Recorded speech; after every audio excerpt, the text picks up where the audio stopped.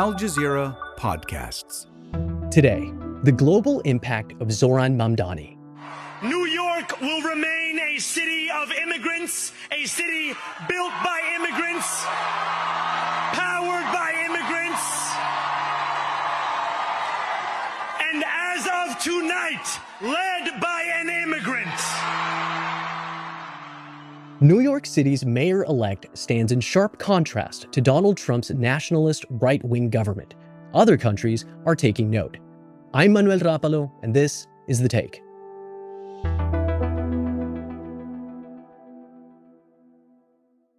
Before we continue today's show, remember to leave us a comment telling us what you think about this episode and what stories you want us to do next. Or on your podcast app, leave us a review telling us where you're listening from. And give us a 5-star rating while you're there. It helps the show. My name is Moustafa Bayoumi. I am an author, a writer, a professor, and a journalist, and much of my focus is on Islamophobia. Moustafa, welcome to The Take. Zohran Mamdani, a 34-year-old Democratic socialist, won the race for New York City mayor with 50.4% of the vote.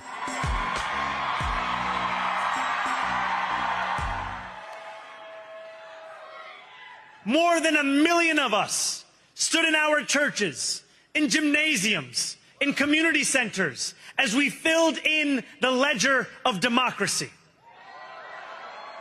And while we cast our ballots alone, we chose hope together. What has the mood been like in the city since Mamdani won? The streets are electric here in New York. There's a vibe in the air that is full of promise and opportunity. And as soon as the results were in, I started getting messages from friends across the city, across the country, and really around the world. This was an election that was watched by everybody all over the world. I think it's deeply meaningful, and it's especially meaningful for New Yorkers. The eyes of the world absolutely have been on this election. Mamdani will be New York's first Muslim mayor. He'll be the first South Asian mayor. Tell us about the coalition that brought Zohran Mamdani to power. It was a really remarkable coalition, especially because the entrenched interests in New York have really established what their coalitions are. What Mamdani really did was he was able to create a brand new kind of coalition, especially with young voters, with new voters, with voters who were very left aligned. He was a candidate coming from the Democratic Socialist Party of America, and especially with Muslim voters as well. He really reached out across the city to the Muslim communities that make up New York City, and there's approximately 1 million Muslims in New York City. So this is not a small population.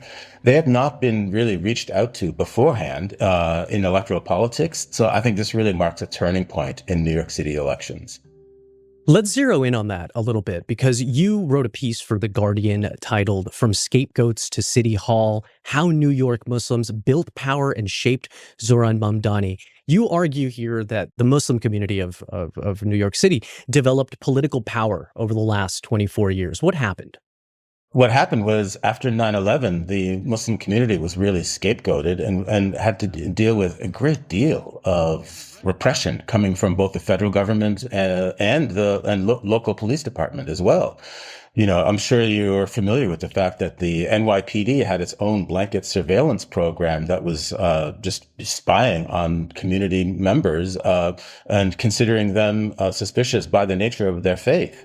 And that's just one program. There are actually several programs that really targeted the Muslim community here at large. And in the beginning of those years, the Muslim community was really trying to respond back to those efforts, but they didn't have any kind of political clout. They didn't have institutional clout. They didn't have a base from which they could produce a powerful response. And I think that all that began to change slowly in 2006 and 2007. There was a campaign that was begun to get the Department of Education to recognize Muslim holidays as official school holidays. That took off, but it took many years for that to be put into place. But very importantly, also in 2013, there was the origin of the Muslim Democratic Club of New York. And it was in a very explicit attempt to try to enter the New York City political sphere with Muslim candidates. And by 2018, one of those members of the Muslim Democratic Club, a board member actually at that time, was a man by the name of Zohran Mamdani. Amazing, because if you ask just about anyone, myself included, who would have been the projected winners or who had a chance of winning the mayoral race in 2025 in New York City, Zohran Mamdani was not even on people's radar. He was an assemblyman. How does someone go from being an assemblyman to mayor-elect of New York City? For one thing, of course, he is tremendously gifted. He's an extremely good communicator. For another thing, the campaign was laser focused, as is often said, on affordability. And that's a message that resonates very well and because it's an extremely important message for all New Yorkers. New York, we're going to freeze together. New York, we're going to make buses fast and together. New York, we're going to deliver universal. But I think more than anything, what really is the measure of success for the Mamdani campaign is the amount of grassroots support that he was able to build. You know, they had over 100,000 volunteers who were canvassing for them. That's an unprecedented number. I heard the New York Times at one point refer to this for the volunteers, which is thousands of volunteers for this campaign as a cure for loneliness in New York City. But one of the things that's been analyzed over and over again is Mamdani's identity. He made a pledge to New Yorkers in Arabic. We will fight for you because we are you. Or as we say on Steinway, ana minkum wa ilaykum.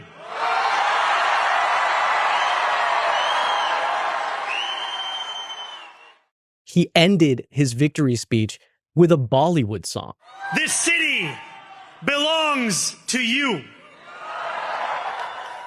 Thank you.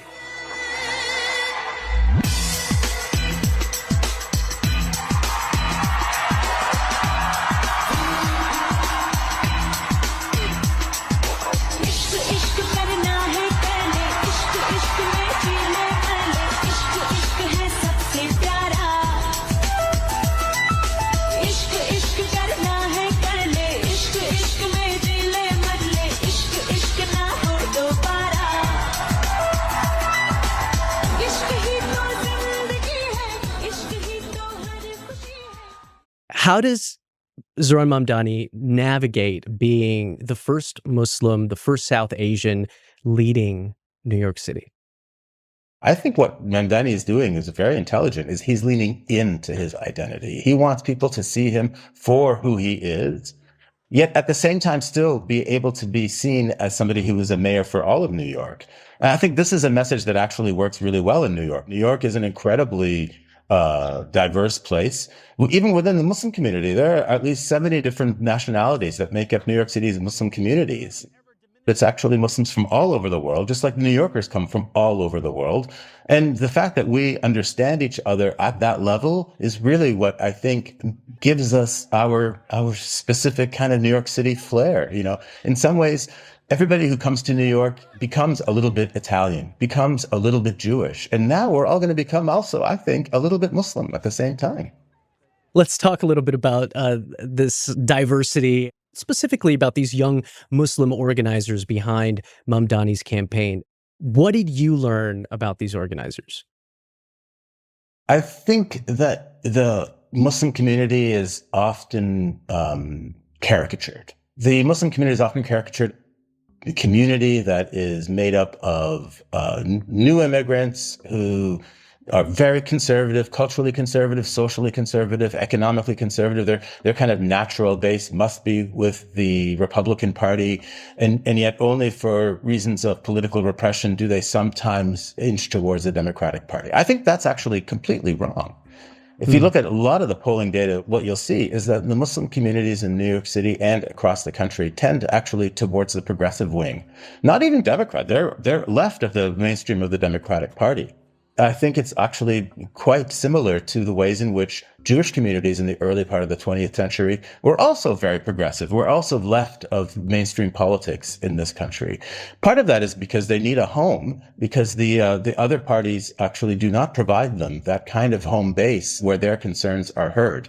Whereas groups like the Democratic Socialists and others that are more open to hearing what their concerns are sort of help cultivate a space for Muslim Americans on the left wing of the political spectrum in this country. The youth are the ones who are doing a lot of that work. And what I find completely fascinating right now is that I think that the direction of politics is also shifting, where it feels to me like it's the young people who are actually influencing the older generation in which direction that their votes are going to go, rather than the other way around. You know, we've talked a little bit about Zohran Mamdani not being on the radar of people. What a long shot he was during the New York Democratic primary. The other leading candidate here, former New York State Governor Andrew Cuomo, received almost $40 million from groups hoping to defeat Mamdani, from special interest groups. Let's talk about who didn't vote for him.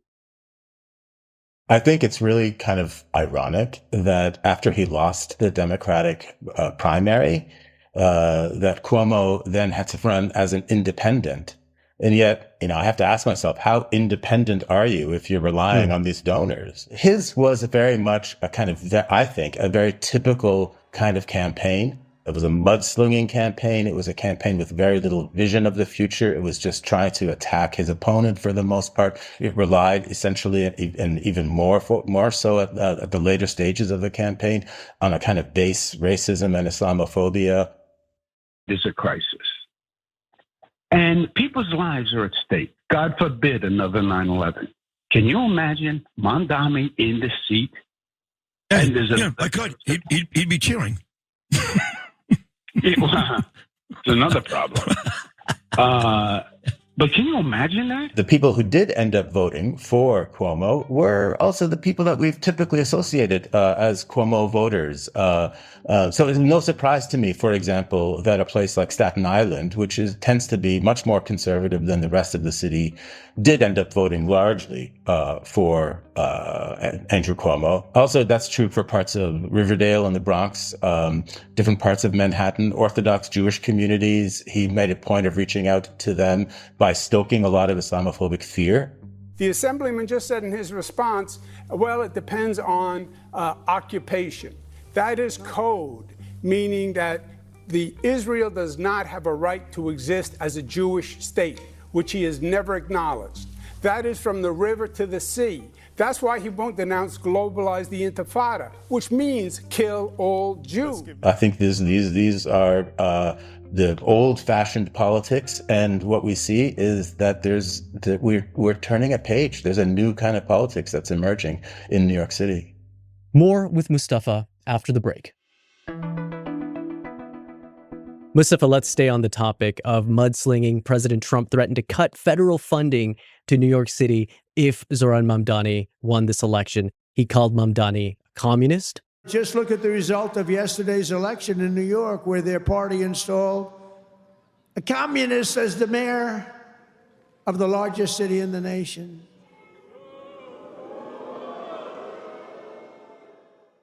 What do you make of the White House's reaction up until this point?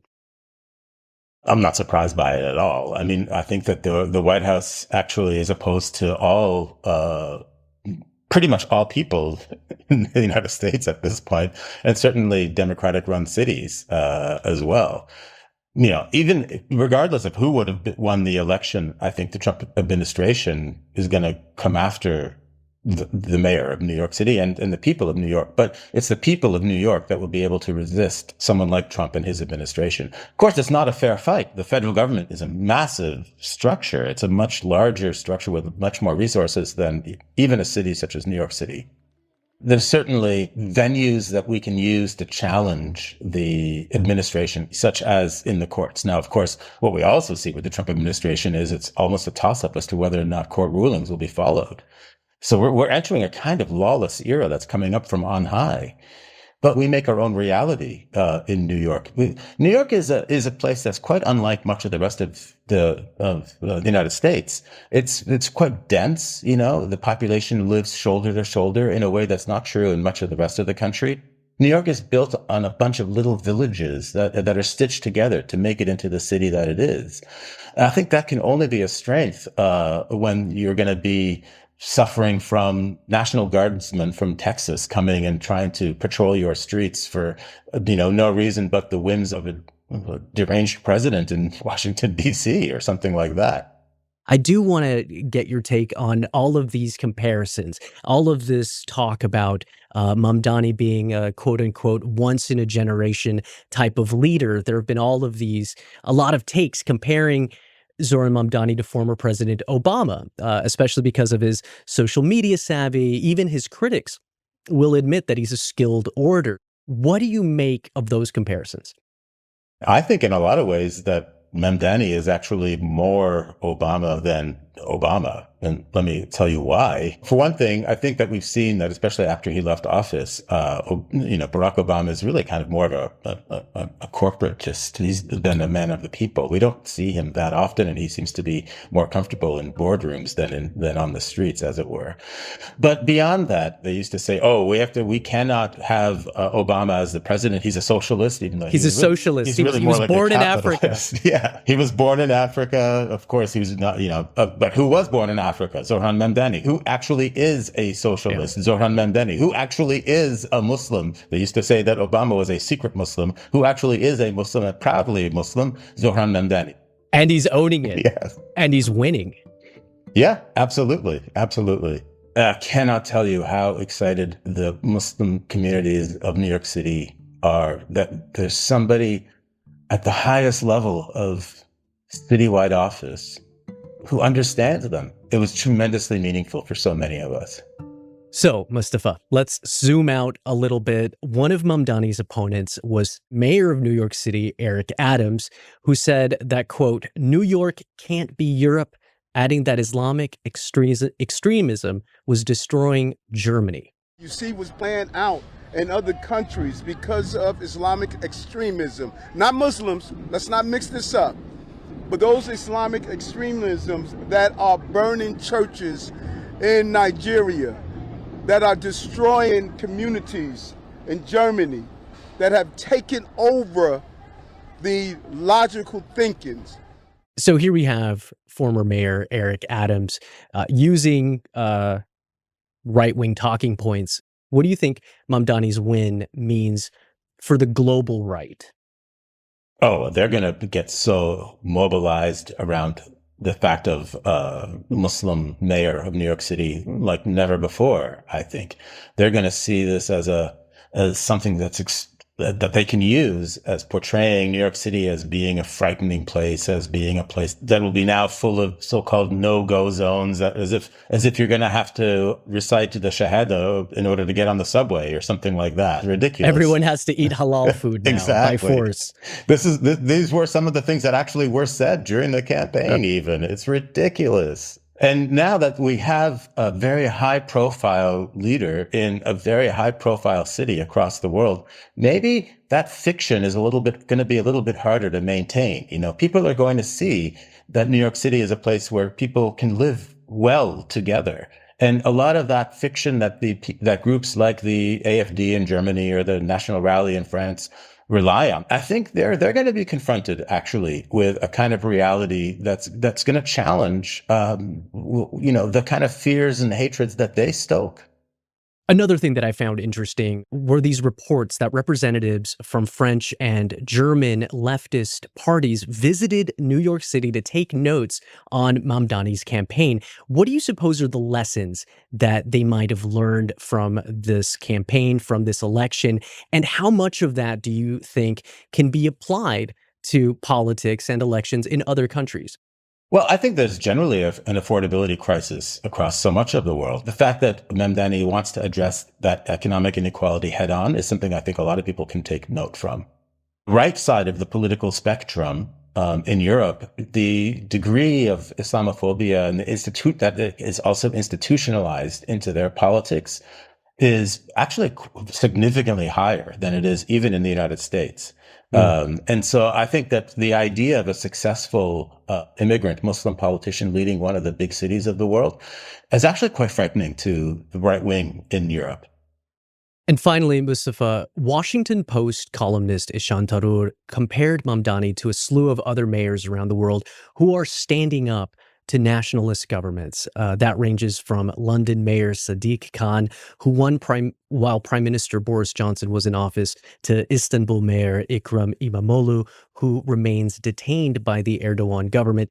Do you think there's something to that idea that mayors can serve as counterweights to nationalist leaders?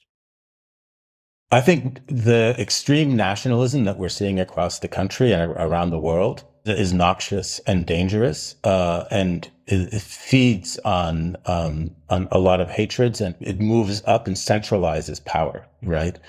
What local mayors do is that they diffuse that possibility. They take power and put it back into the local. If we're paying a lot of attention to mayors around the world and to localities around the world, I think we have more of a possibility to break with this kind of centralizing force that the right wing around the world is really interested in promoting. I think the future, in a lot of ways, a better future for all of us, is based on us having better local communities and building those better local communities, brick by brick, neighbor by neighbor, mayor to mayor. And so I think that there is something to be said about this. It's not about the specifically individually talented mayors so much that plays a role, but actually I think it's really about the power of the local to defeat a kind of rising authoritarian structure that we see happening around the world. Moustafa Bayoumi, thank you so much for joining us today on The Take. It's been my pleasure, Manny. Thank you so much.